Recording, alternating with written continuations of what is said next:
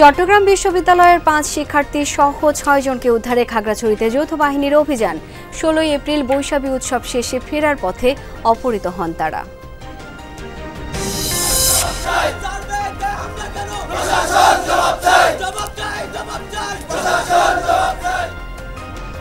বন্দর নগরীতে 6 দফা দাবিতে পলিটেকনিক শিক্ষার্থীদের কাফন মিছিল, বারবার আশ্বাস দিয়েও কার্যকর পদক্ষেপ না নেয়ায় ক্ষোভ।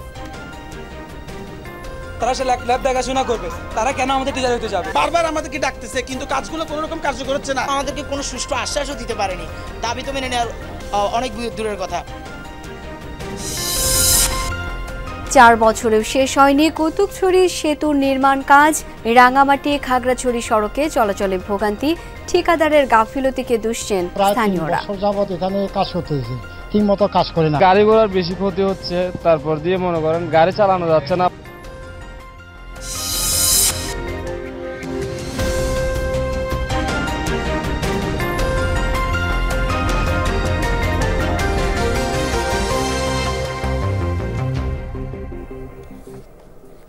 দর্শক দেখছিলেন শিরোনামগুলো, আপনাদের সঙ্গে আছি আমি শাওন দত্ত। জানাবো বিস্তারিত।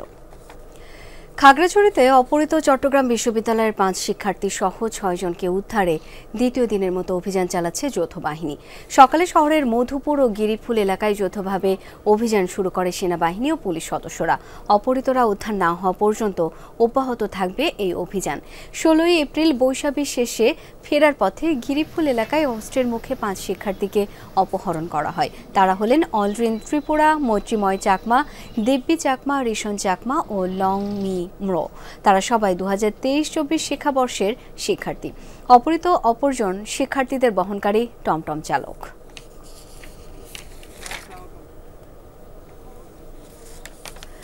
দর্শক, এই বিষয়ে বিস্তারিত জেনে নিতে চাই, সহকর্মী শাহরিয়ার ইউনুস যোগ দিচ্ছেন এখন। শাহরিয়ার, অভিযানের বিষয়ে সবশেষ কি তথ্য রয়েছে আপনার কাছে?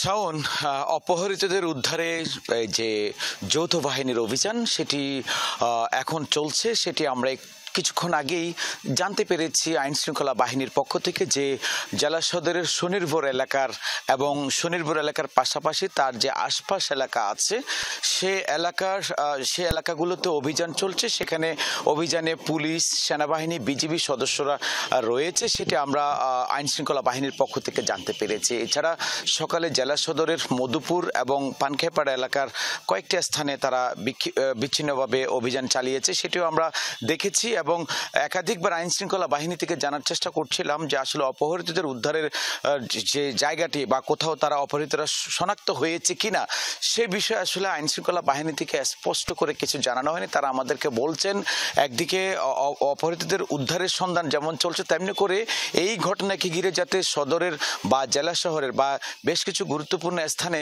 যাতে অপ্রীতিকর বা আইন শৃঙ্খলা পরিস্থিতি বিঘ্ন না ঘটে সেজন্য তারা পৃথকভাবে বিভিন্ন স্থানে অভিযান চালাচ্ছে, বিশেষ অভিযান বলছেন তারা। এছাড়া অপহৃতদের উদ্ধারের সবশেষ যে তথ্যটুকু সেটি হচ্ছে যে তারা জেলা সদরের আশপাশে কোন একটি এলাকায় হয়তো তাদেরকে আটকে রাখা হয়েছে অস্ত্রের মুখে, কোন একটি আঞ্চলিক সংগঠন এই কাজটির সাথে যুক্ত বলে আমাদেরকে আইন শৃঙ্খলা বাহিনী থেকে বারবার জানানো হচ্ছে। তবে তারা ঠিক কোথায় আছে, কিভাবে আছে সেটা এখন স্পষ্ট করেনি। তবে বারবার আইন শৃঙ্খলা বাহিনী বলছেন অপহৃতদের উদ্ধার না হওয়া পর্যন্ত এইভাবে খণ্ড খণ্ড করে তারা তাদের অভিযান চালিয়েই যাবে। অনেক ধন্যবাদ শাহরিয়ার আপনাকে। 6 দফা দাবিতে এবার কাফনের কাপড় বেঁধে চট্টগ্রামে বিক্ষোভ করেছে আন্দোলনরত পলিটেকনিক শিক্ষার্থীরা। বারবার আশ্বাস দিয়েও কার্যকর পদক্ষেপ না নেয়ায় ক্ষোভ প্রকাশ করেন। দাবি পূরণ না হওয়া পর্যন্ত রাজপথে আন্দোলনের হুঁশিয়ারি দেন তারা।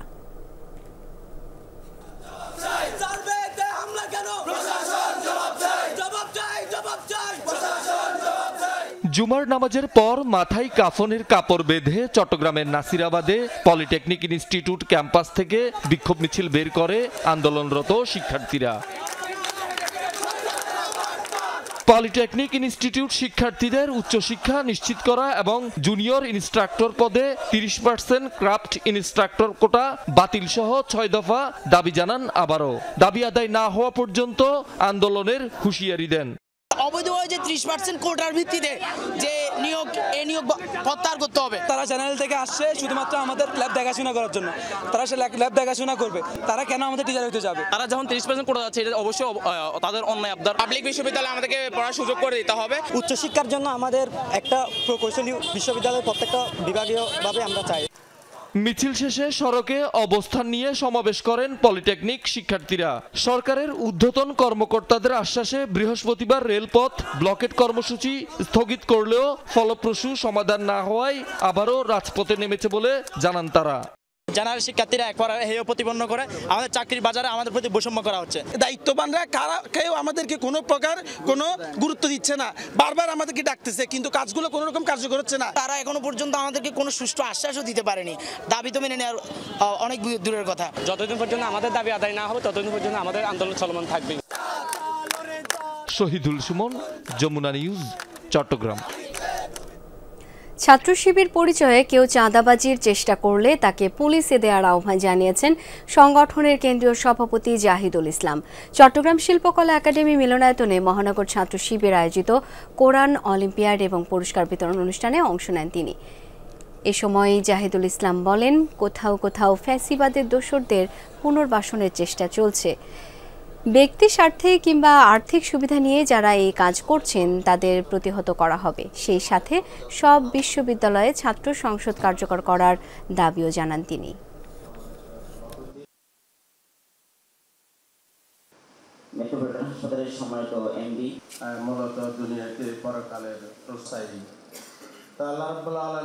তো ছাত্র শিবিরের নাম ভাঙিয়ে যদি আপনাদের কারোর কাছে অথবা কোনো জায়গায় এরকম কোনো তথ্য পান, আপনারা সরাসরি তাকে পুলিশে ধরিয়ে দিবেন এবং সেটাকে মানে যা যা ব্যবস্থা নেওয়া দরকার আইন আনুক সেটা ব্যবস্থা নেওয়ার জন্য আপনারা কার্যক্রম পরিচালনা করবেন।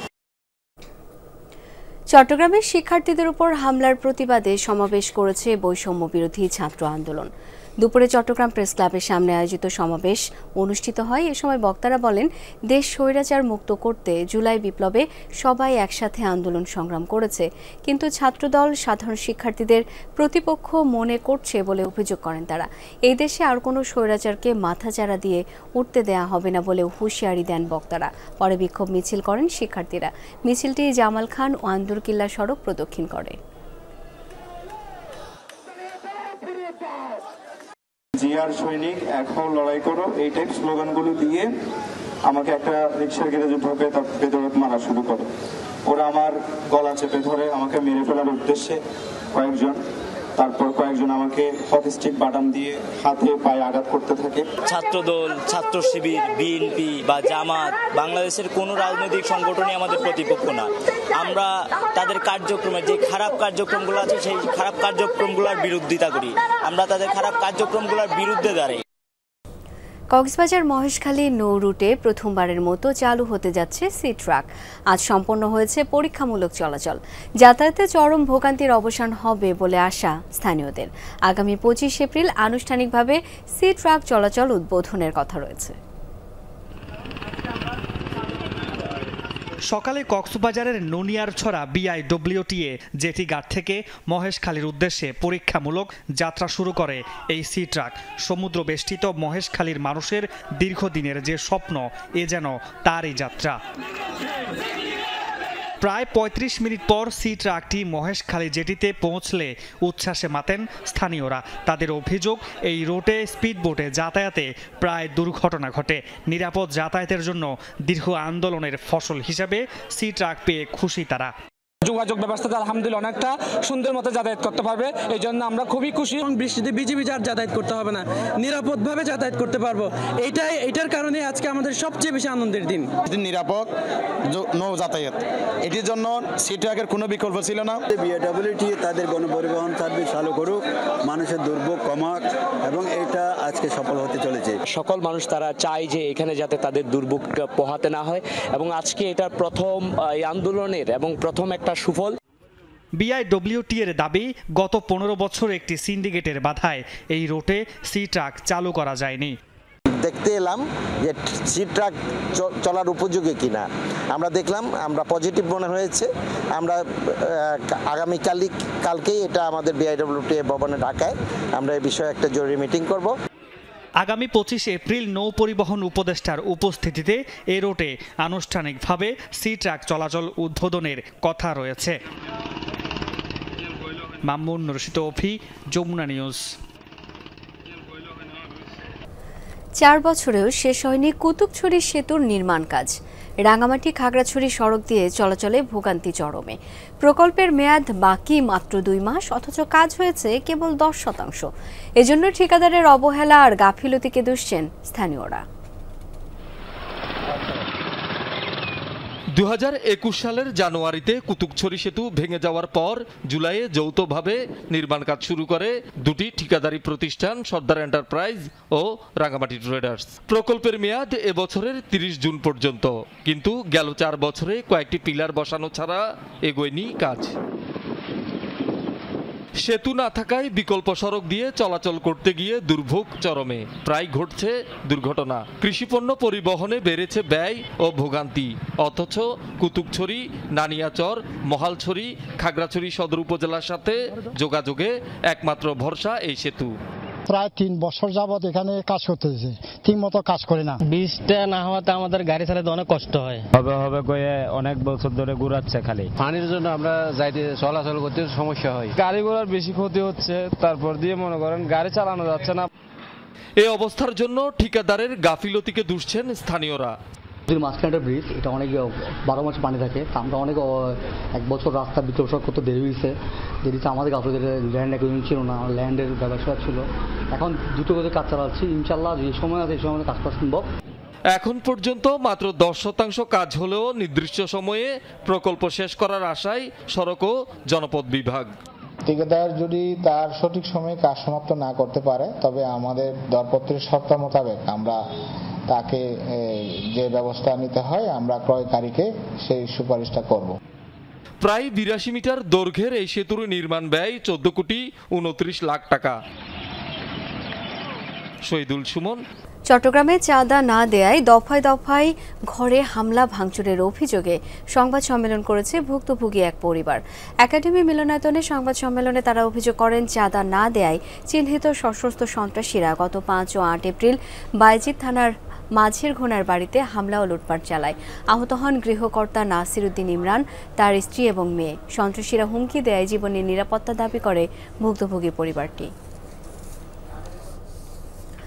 আওয়ামী লীগ সরকারের আমলে গঠিত সীতাকুণ্ডে মসজিদ মাজার পরিচালনা কমিটি বাতিলের দাবিতে চট্টগ্রামে মানববন্ধন অনুষ্ঠিত হয়েছে।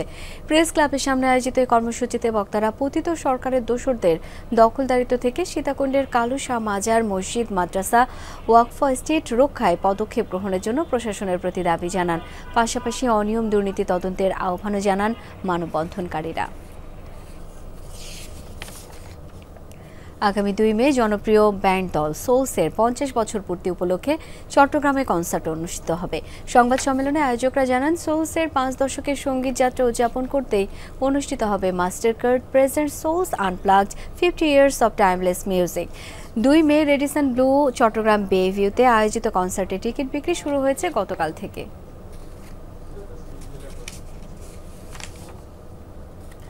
বান্দরবানে মারমা সম্প্রদায়ের ঐতিহ্যবাহী সাংগ্রাই উৎসবের 5 দিনব্যাপী অনুষ্ঠানের শেষ দিন চলছে।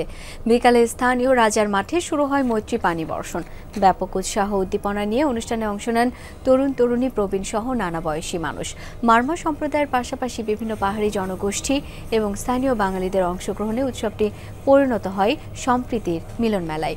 অনুষ্ঠানের উদ্বোধন করেন পার্বত্য উপদেষ্টা সুপ্রদীপ চাকমা। উৎসবে বিদেশি রাষ্ট্রদূত আর বিভিন্ন মন্ত্রণালয়ের সচিব সহ অন্যরা উপস্থিত ছিলেন।